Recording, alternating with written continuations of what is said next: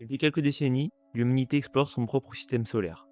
On a posé des robots sur Mars, envoyé des sondes vers Jupiter, Saturne et Pluton. Tout cela relève du voyage interplanétaire, c'est-à-dire des déplacements entre les planètes d'un même système solaire.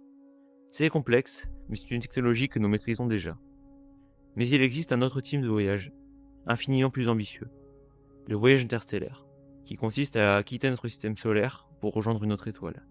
Et là, on change totalement d'échelle. Les distances deviennent si immenses que nos fusées actuelles sont ridiculement insuffisantes. Le premier obstacle, c'est la distance. L'étoile la plus proche de nous, Proxima du Centaure, se trouve à 4,2 années-lumière. Pour donner une idée, si la Terre et la Lune étaient séparées d'un centimètre, Proxima Centauri serait à plus de 10 km. La lumière qui voyage à 300 000 km/s met plus de 4 ans pour y arriver. Nos fusées actuelles, même les plus puissantes comme la Falcon Heavy de SpaceX, mettraient plus de 100 000 ans. Pourquoi ? Parce qu'elles utilisent des moteurs chimiques. Une poussée très forte, mais une impulsion spécifique très faible, ce qui signifie qu'elles ne peuvent pas accélérer longtemps. Elles atteignent au maximum 20 km/s, ce qui est dérisoire à l'échelle interstellaire. C'est comme vouloir traverser l'océan Atlantique à la nage. Et ce n'est que le début. Pour atteindre Proxima b à l'échelle d'une vie humaine, il faudrait que le trajet ne dépasse pas 30 ans.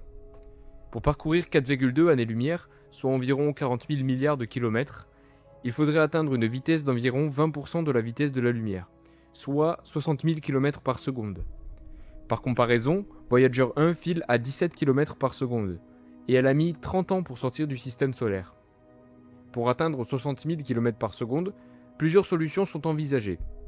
Premièrement, la fusion nucléaire. La fusion nucléaire est la réaction qui alimente le Soleil. Elle consiste à fusionner des atomes d'hydrogène et d'hélium-3 pour libérer une énergie colossale. Problème, l'hélium-3 est presque absent sur Terre, mais il est présent en grande quantité sur la Lune, piégé dans le régolithe. D'où l'intérêt d'installer des bases lunaires, pour extraire l'hélium-3 et alimenter les futurs moteurs à fusion. Aujourd'hui, on ne maîtrise pas encore cette technologie, mais on a déjà réussi à maintenir une réaction de fusion pendant plus de 20 secondes, ce qui est un progrès immense. Deuxièmement, les moteurs ioniques. Les moteurs ioniques fonctionnent en expulsant des ions à haute vitesse. Leur poussée est faible, mais leur impulsion spécifique est très élevée. Ils peuvent accélérer pendant des mois, voire des années. C'est peut-être là la clé. Non pas une accélération brutale, mais une accélération faible mais continue, jusqu'à atteindre des vitesses extraordinaires. Même à 20% de la vitesse de la lumière, il faudrait environ 20 ans pour atteindre Proxima b. Cela implique une propulsion extrêmement endurante, une accélération lente mais continue, puis une décélération symétrique pour ne pas déplacer la planète. À 4,2 années-lumière, un message met plus de 4 ans pour arriver. Impossible donc de piloter le vaisseau depuis la Terre. Il doit être totalement autonome, capable de prendre des décisions seul. Le vaisseau pesant plusieurs milliers de tonnes sera assemblé en orbite. Il sera équipé de moteurs ioniques alimentés par l'hélium-3 extrait sur la Lune. L'IA piloterait le vaisseau, corrigerait la trajectoire, analyserait l'environnement et enverrait régulièrement des données vers la Terre. Le vaisseau accélérerait lentement mais continuellement jusqu'à atteindre 10 à 20% de la vitesse de la lumière. Pendant les 20 années de voyage, l'IA pilote, analyse l'espace interstellaire, envoie des données vers la Terre. La décélération serait symétrique à l'accélération.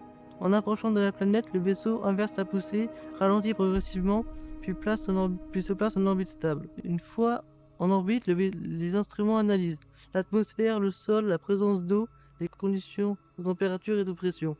Après ces données, des imprimantes 3D embarquées se fabriquent des robots adaptés à la planète, robots marcheurs, drones volants, sondes et forages, machines de construction. Ces robots descendent ensuite sur la surface pour explorer, cartographier et prélever des échantillons et construire une base préliminaire. Les voyages interstellaires restent un défi immense mais pas impossible. Grâce à l'exploitation de l'hélium-3 sur la Lune, aux moteurs ioniques, à la fusion nucléaire, au vol solaire et à l'autonomie de l'IA, un vaisseau pourrait réellement atteindre Proxima b en une vingtaine d'années.